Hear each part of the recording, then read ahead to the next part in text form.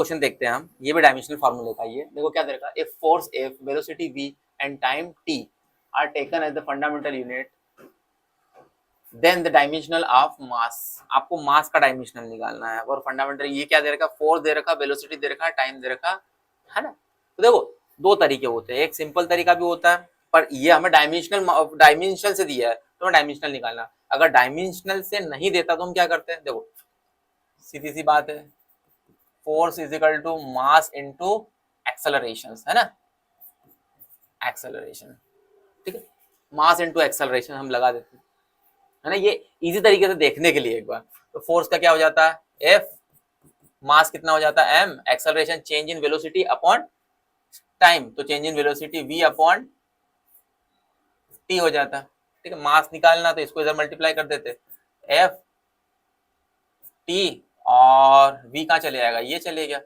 ये क्या बन गया, मास बन गया, है ना। तो डायमेंशनल बनाना तो क्या बनेगा, है ना, एफ टी और वी इनवर्स, ये कितना हो गया हमारा, एम हो गया।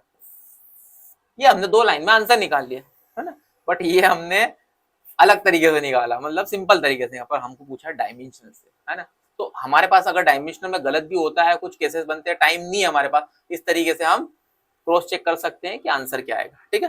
बट बाकी जो डायमेंशनल दे रखा वो तो हम निकालेंगे, उसका कोई मना नहीं है। देखो अब क्या दे रखा, मास निकालना आपको, is directly proportional force, velocity और टाइम। तो जैसे ही हम डायमेंशनल ये हटाएंगे डायरेक्टली प्रोपोर्शनल, तो के का साइन लगाएंगे, एफ वी और टी, ठीक है। मास का डायमेंशनल फार्मूला क्या होता है, एम, सिंपल सा,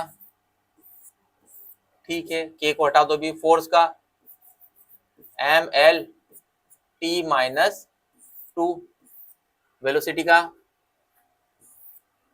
एल टी माइनस वन, और टाइम का कितना होता है भैया, टी होता है, ठीक है। सब पे ए बी और सी कर लो, तो ये ए, ये बी और ये सी, ठीक है। अब यहां से हम आगे बढ़ते हैं। देखो मास एक है, मास की पावर एक है, तो हम जीरो ले ले, वन ले लेते हैं। मास कहाँ पर है, एक यहीं पर है, तो ये कितना हो जाएगा, वन, वन का मल्टीप्लाई ए में, तो कितना हो जाएगा, ए इज इक्वल टू कितना आ गया हमारे पास में, वन आ गया, ठीक है। अब बी की बात करते हैं, सेकंड वाले की। यहाँ तो कुछ है ही नहीं एल के लिए, तो जीरो ले लो, एल की पावर वन, वन में ए का मल्टीप्लाई, मतलब कितना हो जाएगा यहाँ पर, यहाँ हो जाएगा ए, अब यहाँ पर भी एल है तो यहाँ पर प्लस बी, और आगे तो एल है ही नहीं, तो ये क्या हो जाएगा हमारे पास में, ए प्लस बी, है ना, कोई वैल्यू तो है ही नहीं हमारे पास में, हाँ कोई दिक्कत नहीं है। फिर हम बात करते हैं थर्ड वाले की, सी की। यहां से हम ए की वैल्यू, बी की वैल्यू निकाल सकते हैं ना। देखो क्या होगा, zero is equal to one plus B, तो बी इज इक्वल टू कितना हो जाएगा, बी इज इक्वल टू हो जाएगा माइनस वन, ठीक है। अब सी की बात हम यहीं से निकाल लेते हैं। सी में क्या दे रखा है, इधर तो कुछ दे ही नहीं रखा है, तो जीरो, इधर टी की पावर माइनस टू ए, मतलब कि टू का मल्टीप्लाई में हो जाएगा, तो माइनस का टू ए, और ये माइनस का बी, और ये प्लस सी, है ना। तो देखो टू ए, तो ये कितना हो जाएगा, टू इंटू वन, है ना, ए की वैल्यू तो वन ही है, तो two minus minus minus plus, तो ये कितना हो जाएगा, वन प्लस सी, तो सिंपल सा निकाल लो, c is equal to minus one आ जाएगा यहाँ पर भी, है ना, ठीक है। तो चार तीनों वैल्यू हमारे पास में आ चुकी है। अब तीनों वैल्यू आगे हम डायरेक्ट हम यहाँ पर पुट कर देते हैं इक्वेशन नंबर फर्स्ट में, है ना। तो देखो क्या दे रखा है, m इज इक्वल टू, के की वैल्यू हम यहाँ पर भी कांस्टेंट करके वन कर लेते हैं, ठीक है, हटा देते हैं। एफ की पावर कितनी है, ए, तो देखो फोर्स, ए की वैल्यू कितनी है, वन, और v की वैल्यू b है, पावर, ये कितनी हो जाएगी, माइनस वन, एक मिनट थोड़ा सा, माइनस का वन, और लास्ट में क्या दे रखा है, टी, टी मतलब सी कितना है अपना, माइनस का वन,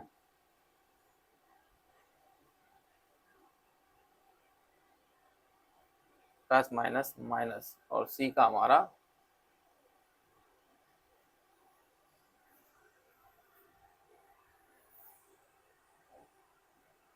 ये तो हमारा प्लस वन हो जाएगा ना, प्लस हो जाएगा ना, प्लस माइनस माइनस इधर आएगा, तो ये हमारा 1 हो जाएगा, तो टी हमारा 1 हो जाएगा। तो ये क्या बन गया हमारा, M is equal to F, है ना, एफ टी अपॉन वी। जो फार्मूला हमने बनाया था वहां पर वही का वही हमारा यहाँ पर बन गया। तो देखो ये क्या हो सकता है, एफ हो सकता है, टी हो सकता है और वी इनवर्स हो सकता है। सिंपल तरीके से ये हमारा इस तरीके से भी सोल्व कर सकते हैं और ऐसे भी हम इसको आइडेंटिफाई कर सकते हैं।